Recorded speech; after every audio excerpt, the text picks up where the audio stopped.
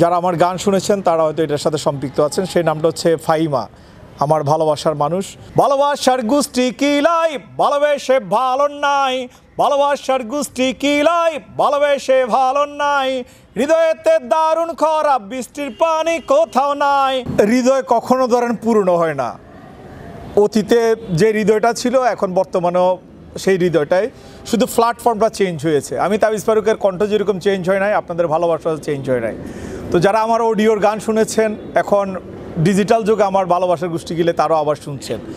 দুজনের দুটা প্ল্যাটফর্মের কম্বিনেশনে আমি সবাইকে বলবো যে আপনাদের হৃদয়ে আমাকে যে জায়গা দিয়েছেন, স্থান দিয়েছেন, এই জন্য আন্তরিকভাবে সবাইকে ধন্যবাদ। আর digital platform all time better for me. আচ্ছা, আপনার ভালোবাসার গোষ্ঠী গেলে গানটাতে দুই এক লাইন বলতেন। গানটা তো যখন করেছি তখন যেমন ছিল এখনও হয়তো আপনাদের কাছে তেমনই লাগতে পারবে।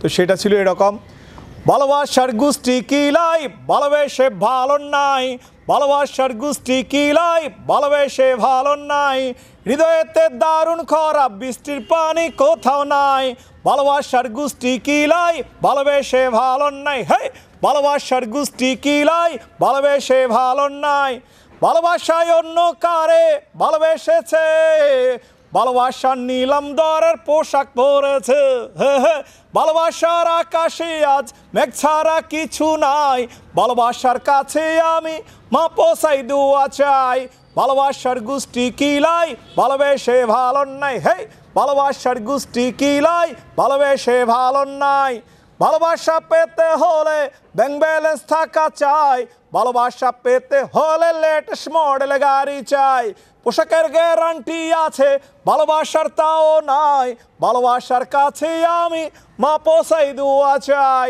ভালোবাসার গোষ্ঠী কিলাই ভালোবেসে ভালো নাই, হে ভালোবাসার গোষ্ঠী কিলাই ভালোবেসে ভালো নাই। আচ্ছা তাবিজ ভাই, আপনার এই গানটা যখন ভাইরাল হয় তখন থেকে আপনার সাথে একটি নাম শোনা যেত, ফাহিমা। এই ফাহিমা নামের রহস্যটা যদি আজকে যদি বলতেন। সবার জীবনে হয়তো একটা সিগনেচার একটা ভালোবাসার মানুষ থাকে।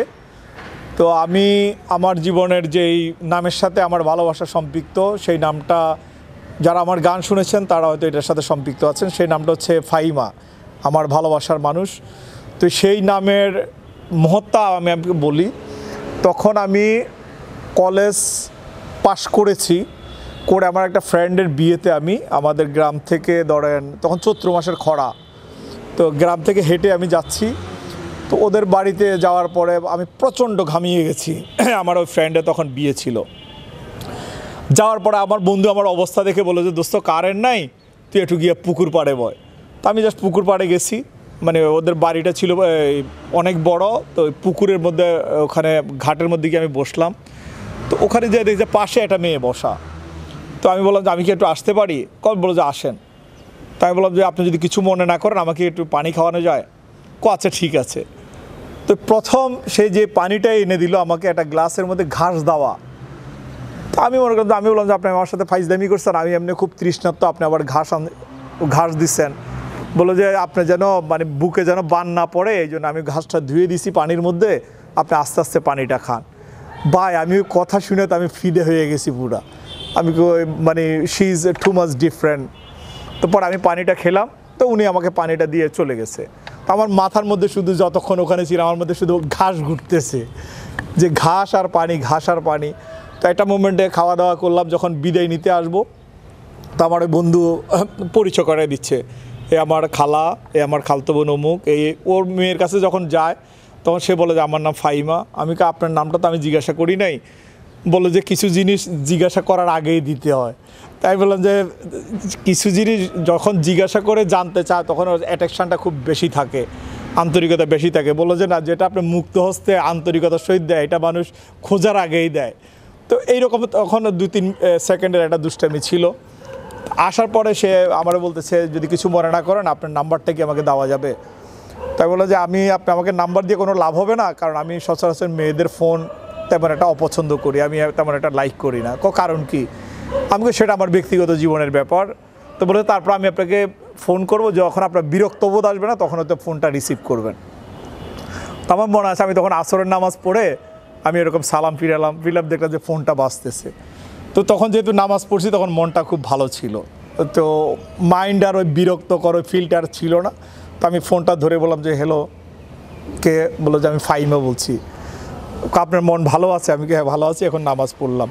তো বললো যে আপনাকে আমার খুব ভালো লাগছে, আমার আপা আপনাকে ফোন করতে পারে। আমি বললাম যে আপনার আপা আপনাকে ফোন করবে মানে?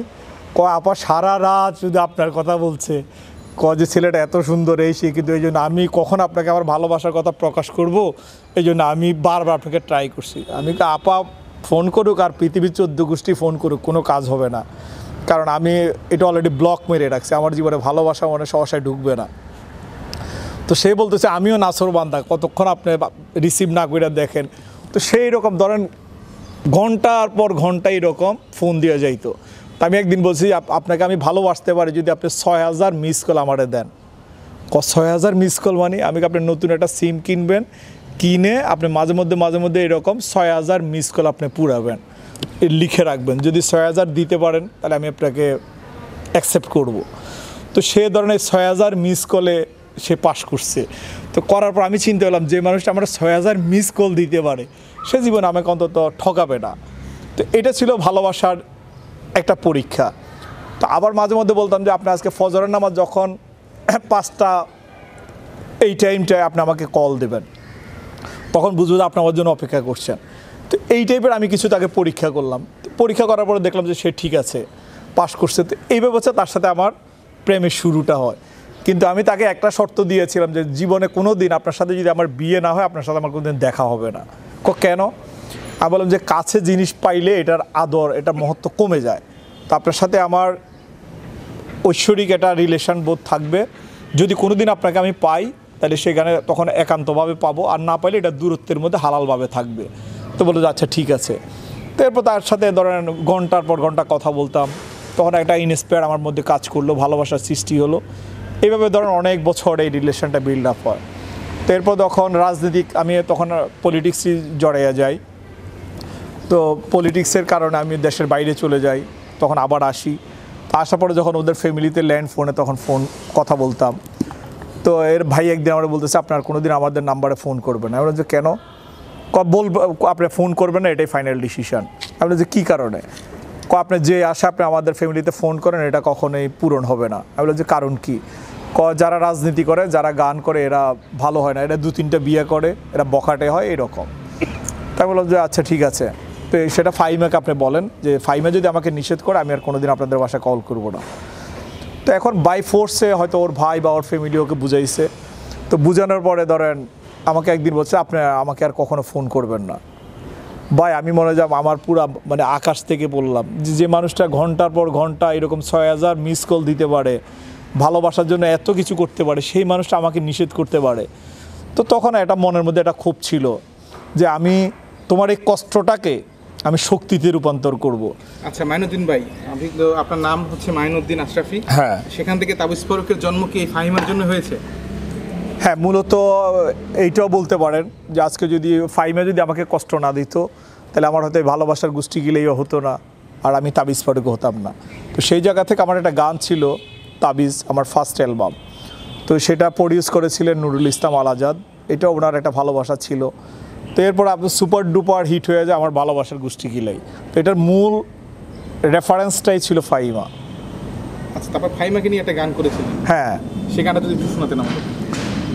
বৃক্ষে গজব না পড়ে পরে যেন তোর উপরে, সাগরে গজব না পড়ে পরে যেন তোর উপরে, ফাহিমা ফাহিমা ও ফাহিমা তুমি বিশ্ব হারামি নিজে জানো না, ফাহিমা ফাহিমা ও ফাহিমা তুমি বিশ্ব হারামি নিজে জানো না, আজের সাথে কালোর সাথে ঘুরো তুমি প্রতিদিন, আজের বুকে কালোর বুকে সব শুয়ে স্বপ্ন দেখাও রঙিন, ফাহিমা ফাহিমা ও ফাহিমা তুমি বিশ্ব হারামি নিজে জানো না, ঘৃণা করতেও আজ ঘৃণা হয় তোকে, এমন প্রেমিকা যেন কারো না জোটে,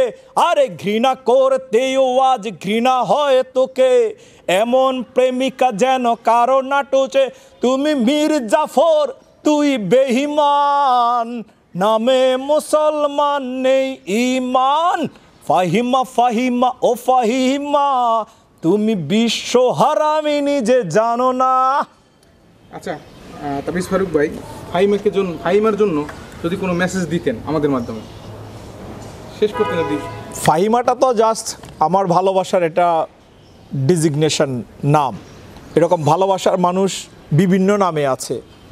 তো এই মানুষগুলো কখনোই যেন কোনো হৃদয়কে আহত না করে, কোনো হৃদয়কে ভেঙে না দেয়। কারণ একটা মানুষের হৃদয় ভেঙে গেলে তার স্বপ্ন, আশা, আকাঙ্ক্ষা, পুরো পৃথিবীটাই তার ভেঙে যায়। আমার যেটা সবচেয়ে বড় মেসেজ, কোনো ছেলে জীবনে যদি চাকরি না পায়, কিছুই করতে না পারে, সে কখনো আত্মহত্যার ডিসিশন নেয় না। কিন্তু যখন এই ভালোবাসার মানুষ হারায়, তখন সেই পৃথিবী থেকে বিদায় নিতে চায়। তো আমি কখনোই চাইবো না যে কারো অবহেলায়, তাচ্ছিল্যতায় অন্তত কোনো হৃদয় মরে যাক, হৃদয় ভেঙে যাক। পৃথিবীর যেখানে যে ফাহিমাগুলো আছেন, সবাই ভালোবাসার মানুষের যত্ন নেবেন, ভালোবেসে ভালোবাসার মানুষের পাশে থাকবেন।